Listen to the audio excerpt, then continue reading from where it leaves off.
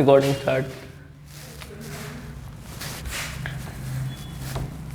तो पुराना वाला रिवीजन कर लेते हैं, बढ़िया काम रहेगा। ठीक है, अच्छा सुनो, वर्क पावर एनर्जी मैंने तुम्हें पिछली बार भी रिवाइज कराया था अच्छी तरीके से। अब वर्क में क्या होता है,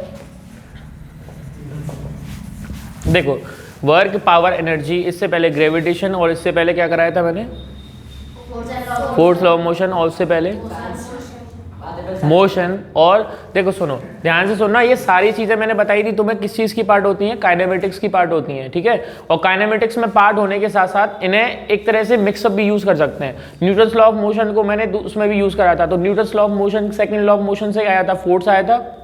अच्छा, मैंने ये बताया था कि किसी भी चीज़ पर, जब किसी भी चीज़ पर फोर्स लगाया जाता है, जब फोर्स अप्लाइड किया जाता है, तो उसमें कुछ डिस्प्लेसमेंट होना चाहिए।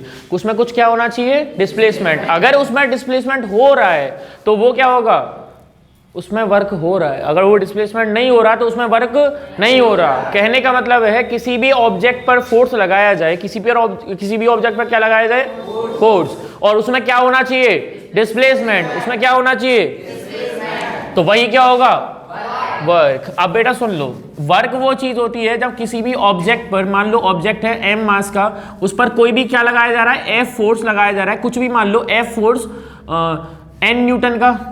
ठीक है, किसी भी n न्यूटन का फोर्स अप्लाइड किया जा रहा है, उसमें कुछ भी क्या हो रहा है बेटा, डिस्प्लेसमेंट हो रहा है। क्या हो रहा है, डिस्प्लेसमेंट हो रहा है। और डिस्प्लेसमेंट को शो करता हूं s से, तो उसका एक तरह से मैथमेटिकली फॉर्म होता है F into S, force into displacement, force into.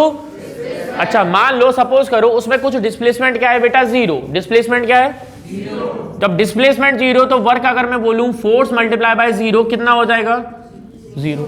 क्या हो जाएगा, पता है नॉर्मली। तो हम बोल सकते हैं वर्क इज अ प्रोसेस या work is a quantity which can be applied force, which can be applied force an object when object be some displace। मतलब ऑब्जेक्ट क्या होनी चाहिए बेटा, कुछ डिस्प्लेस हो, जब उस पर क्या अप्लाई हो, फोर्स। जब क्या अप्लाई हो, फोर्स। अब वर्क के कुछ फैक्टर्स बताए थे मैंने। क्या फैक्टर बताए थे, वर्क के कुछ फैक्टर, मतलब जो अगर वर्क 90 डिग्री के एंगल पर किया जाए तो 0, 180, हाँ, और अगर सीधा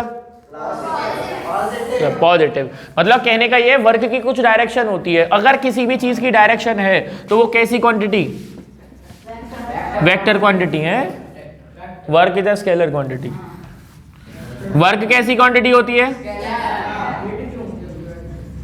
क्या कह रहा है, वेट, वेट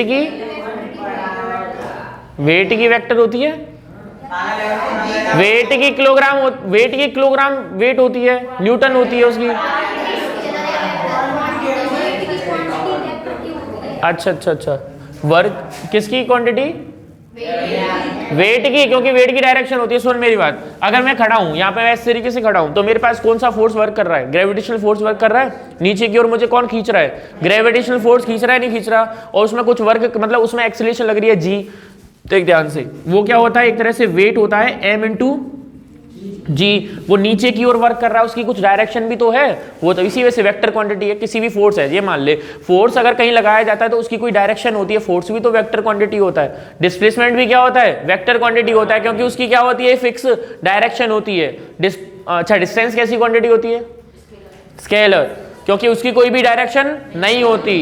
इसके अलावा स्पीड कैसी क्वांटिटी, स्केलर, और वेलोसिटी वेक्टर। ठीक है, चलो बेटा, फोर्स क्या, वर्क क्या होता है, जब किसी भी ऑब्जेक्ट पर क्या लगाया जाए बेटा, फोर्स लगाया जाए। क्या लगाया जाए, फोर्स, तो उसमें कुछ डिस्प्लेसमेंट हो, दैट इज कॉल्ड वर्क। और वर्क एक कैसी क्वांटिटी, स्केलर क्वांटिटी। पर वर्क में जो फोर्स और डिस्प्लेसमेंट है, फोर्स एक वेक्टर क्वांटिटी होता है और डिस्प्लेसमेंट कैसी क्वांटिटी होती है, एक वेक्टर क्वांटिटी होती है। समझ में आया, ठीक है। इसके बाद वर्क की मैंने कुछ फैक्टर्स बताए थे, वो फैक्टर्स क्या थे, अगर वर्क बेटा किससे 90 डिग्री के एंगल पर किया जाए, कैसे किया जाए, मान लो फोर्स और जब, अच्छा 90 डिग्री का एंगल किसके बीच में, मान लो मैंने फोर्स लगाया ऊपर की ओर और डिस्प्लेसमेंट हो रहा है, सॉरी फोर्स लगाया ऊपर की ओर और डिस्प्लेसमेंट हो रहा है आगे की ओर। जैसे मान लो कूली होता है, कूली क्या करता है, बैग उठाता है ऊपर की ओर, फोर्स कहाँ लगा रहा है, ऊपर की ओर, और डायरेक्शन कहाँ है उसकी,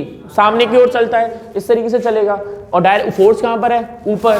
तो बेटा वही क्या है, फोर्स और डिस्प्लेसमेंट के बीच का एंगल, फोर्स की डायरेक्शन और डिस्प्लेसमेंट की डायरेक्शन के बीच का एंगल। मान लो सपोज करो मैं तुम्हें बताऊं, जब से मैं वर्क, मान लो किसी भी ऑब्जेक्ट पर फोर्स ऊपर की ओर लग रहा है, जे कूली है, जे कूली है, ठीक है, जे क्या है, कूली है, ऊपर की ओर लगा रखा है, क्या लगा रखा है, फोर्स, ऊपर की ओर फोर्स लग रहा है और आगे की ओर चल रहा है, तो डिस्प्लेसमेंट कहां हो रहा है, आगे की ओर, और फोर्स कहां लग रहा है, ऊपर। तो इनके बीच में कितने डिग्री का एंगल। अच्छा मैं तीन चीजें बता देता हूं, साइन 90, नहीं कॉस, कॉस 90, कॉस 0 और कॉस 180 -1। ठीक है, इन तीन की वैल्यू 10th क्लास में आते हैं ट्रिग्नोमेट्री, उसमें तो आराम से सीख लेना। ठीक है, वो चीज़ मैंने पहले भी बोली थी। तो अच्छा सुनो, मेरे पास अगर बात करी जाए बेटा, वर्क का पूरा फॉर्मूला होता है एफ एस कॉस थीटा। क्या होता है, एफ एस कॉस थीटा। जब बेटा यहां पर मैं अगर बोलूं कंडीशन 1, पहली कंडीशन कौन सी है, जब कंडीशन की बात करें बेटा, फोर्स और डिस्प्लेसमेंट के बीच में एंगल कितना, 90 डिग्री। पहला एंगल कितना, 90 डिग्री बेटा, क्योंकि फोर्स ऊपर की ओर लग रहा है और डिस्प्लेसमेंट कहां हो रहा है, आगे की ओर, बाय द कूली। और घर में भी तो आप लोग करते हो, हाँ सही कह रहे हो, आ रहा हूं 2 मिनट में। हाँ तो क्या कहते हैं, जब गोबर नहीं हो, गोबर की बात मत करो यार, गलत चीज हो जाएगी। वो नहीं पानी, लड़कियां नहीं, मतलब औरतें पानी भरती हैं।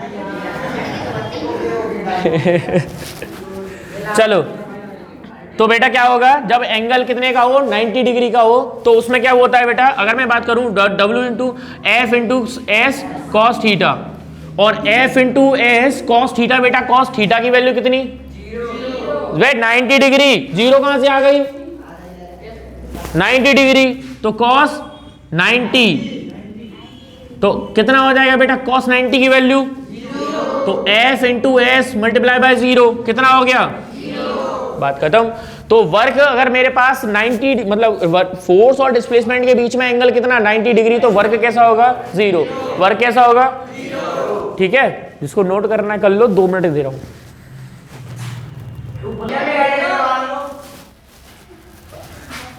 मारूंगा मांझा, बुक आ गया।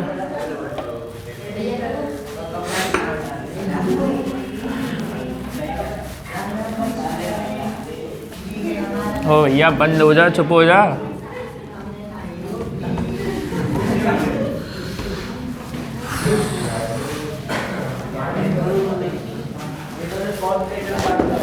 क्या पोर्ट्रेट में बैठ चल। हाँ तो वर्क मेरा हो गया था, 90 डिग्री वाला एंगल हो गया था। अब देख 90 डिग्री के बाद हमारे पास 2 और बचते हैं, 2 ऑप्शन सुनो। बाई चांस सपोज करो अगर मेरे पास फोर्स लग रहा हो, कोई भी ऑब्जेक्ट है बेटा, कंडीशन 1, कंडीशन केस 2 हो जाएगा। अब केस 2 लिखते हैं,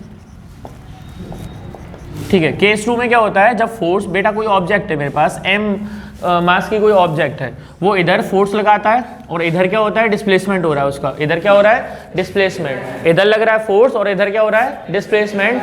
तो बेटा इसमें अगर बीच में कितने डिग्री का एंगल, 180 डिग्री का एंगल। तो मेरे पास फॉर्मूला क्या था, W = F × S cos theta. W = F × cos theta, ठीक है। W = F × S cos theta, F × S cos theta कितना है, cos 180, cos 180, ठीक है। cos 180 F × S cos 180 का वैल्यू कितना है बेटा, मैंने अभी बताया था थोड़ी देर पहले। cos 90 का वैल्यू 0, cos 180 का -1, ठीक है। तो यहाँ क्या हो जाएगा, -1, तो माइनस के F × S माइनस का, तो W वर्ग मेरे पास कैसा हो गया, नेगेटिव। वर्ग कैसा हो गया, वर्क मेरे पास है नेगेटिव वाला भाई। तो ठीक है, मैं बोल सकता हूं जो मेरे पास वर्क होगा, अगर बेटा 180 डिग्री पर किया जाए तो दैट कौन सा होगा, नेगेटिव होगा। और अगर वर्क किया जाए सीधे सीधा, मतलब एक्यूट एंगल में, ये तो मेरे पास था ऑब्ट्यूज एंगल का, उससे पहले था राइट एंगल वाला। अब कौन सा एंगल बेटा, ऑब्ट्यूज। मान लो मेरे पास m मास का कोई ऑब्जेक्ट है, m मास का क्या है, ऑब्जेक्ट। अब मेरे पास इस तरीके से कोई भी, मान लो जैसे ट्रॉली बैग होता है, ट्रॉली बैग उसे खींचते हैं, ट्रॉली बैग को कैसे खींचते हैं, इस तरीके से खींचते हैं, लगभग फोर्स लगाते हैं, इस तरीके का टेढ़ा टेढ़ा सा फोर्स लगता है, इस तरीके से टोटल, सीधा तो नहीं बोलूंगा पर सीधा फोर्स नहीं लगता, फोर्स ऐसे लगता है, और इस तरीके से क्या लगता है, डिस्प्लेसमेंट। तो लगभग मैं मान सकता हूँ इधर ही फोर्स लग रहा है और इधर ही डिस्प्लेसमेंट हो रहा है, तो इन दोनों के बीच का एंगल कितना हो गया, 0 डिग्री का हो गया। जैसे ट्रॉली वर्क को खींच रहे हैं बेटा, उन दोनों के बीच का एंगल कैसा है, 0। तो बेटा इसमें थीटा कितना, 0 डिग्री वाला। तो मेरे पास वर्क क्या होता है, F into S cos theta, और थीटा की वैल्यू कितनी है, F into S cos 0, cos 0 है बेटा, कॉस 0 की वैल्यू 1, तो F इंटू एस। तो बेटा 0 डिग्री पर किया हुआ है जो मेरे पास वर्क होता है वो कैसा होता है, पॉजिटिव। कैसा होता है, कैसा, पॉजिटिव। तो ये मेरे पास केस हो गया थर्ड, ठीक है।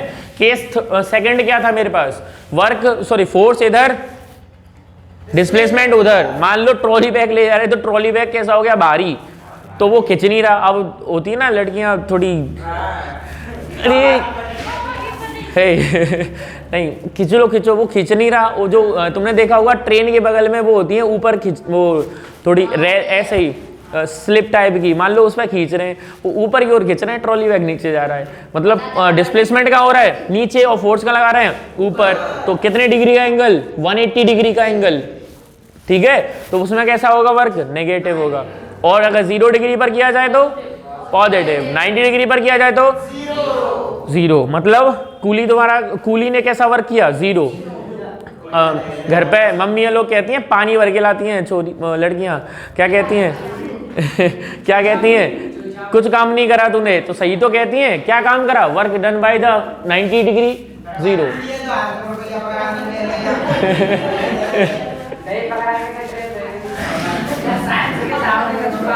साइंस के हिसाब से, अरे मम्मियां फिजिक्स जानती हैं यार।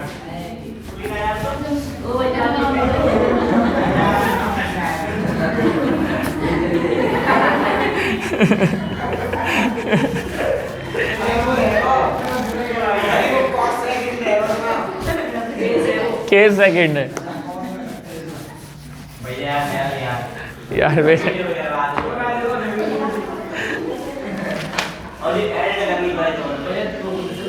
चलो वर्क के बाद बढ़ते हैं एनर्जी पर। किस पर, एनर्जी। अब सुन लो एनर्जी क्या होता है, वर्क ही एक तरह से एनर्जी में कन्वर्जन होता है। मतलब कह सकता हूँ जो हमने वर्क किया था उसी को हम किस में कन्वर्ट कर देते हैं, एनर्जी में। वैसे आप लोगों ने देखा होगा एनर्जी कई सारे टाइप की होती है। एनर्जी कैसे होती है, एक होती है electrical energy, solar energy, wind energy, heat energy, water energy भी होती है, साउंड एनर्जी हो गई, कई तरीके की एनर्जी होती है।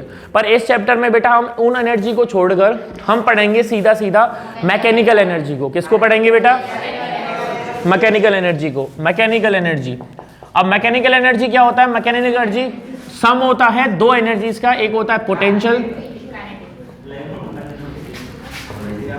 एक होता है काइनेटिक।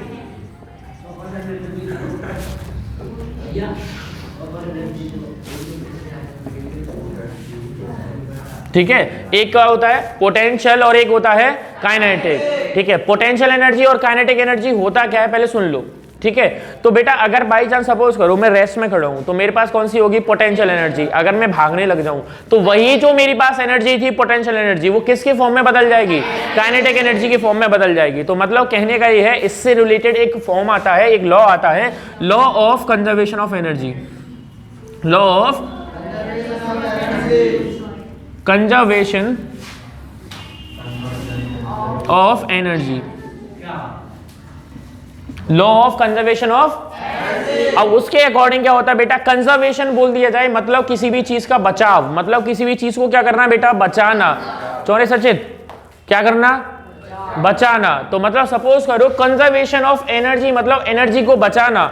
एनर्जी का मतलब एनर्जी ना तो डिस्ट्रॉय होगी और ना ही क्रिएट होगी, केवल एक फॉर्म से लेके दूसरे फॉर्म में क्या होगी, चेंज होगी। एक फॉर्म से लेके क्या होगी, दूसरे फॉर्म में चेंज होगी। नहीं समझ में आया, पक्का? चलो ठीक है।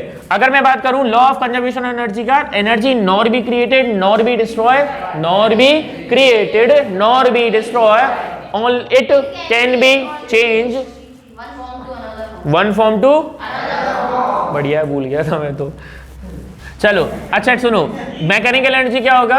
पोटेंशियल एनर्जी और काइनेटिक एनर्जी का सम, ठीक है, इसी को क्या बोलते हैं? Mechanical energy. तो पोटेंशियल एनर्जी क्या होता है? Due to the rest, due to the,